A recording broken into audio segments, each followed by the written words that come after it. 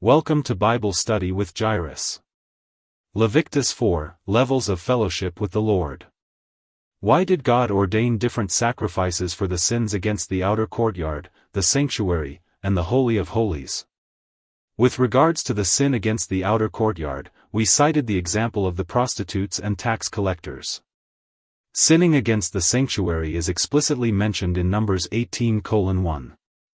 Here it says that if someone enters the sanctuary in the wrong way, or served wrongfully in the sanctuary, Aaron would take responsibility. God also mentions sins against the Holy of Holies. For example, Aaron's two sons, Nadab and Abihu, offered strange fire to God, Leviticus 10 verses 1-2. This was likely a sin against the Holy of Holies. As sons of Aaron, these men were candidates for the position of high priest. But since they were not yet ordained as high priest, they were not allowed to enter the Holy of Holies. When they offered strange fire, they sinned against the Holy of Holies and were consumed by the fire of God. Uzzah also sinned against the Holy of Holies. Only the Kohathites were allowed to carry the Ark of the Covenant, and Uzzah was a descendant of Merari.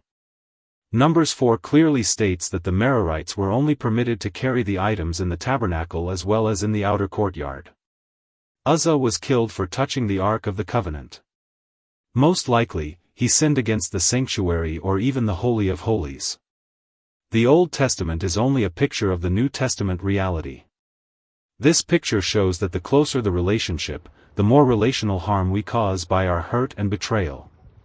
A person who is far from the Lord doesn't bring him as much harm. Unbelievers on the streets may speak disrespectfully against God. While I don't condone this behavior, I believe that these words do not hurt God as much as if a loyal believer said the same words. Since these people have little connection with Him, He disregards their words. But the closer you are to God, the more harm your sin brings to Him. The words of your closest friends hurt more than the words of a stranger. When a couple first meets each other, they are strangers. Their words are not as hurtful. But when they have been married for a long time, their words of betrayal or distrust can do great harm to the relationship between a husband and a wife. The same is true between us and God.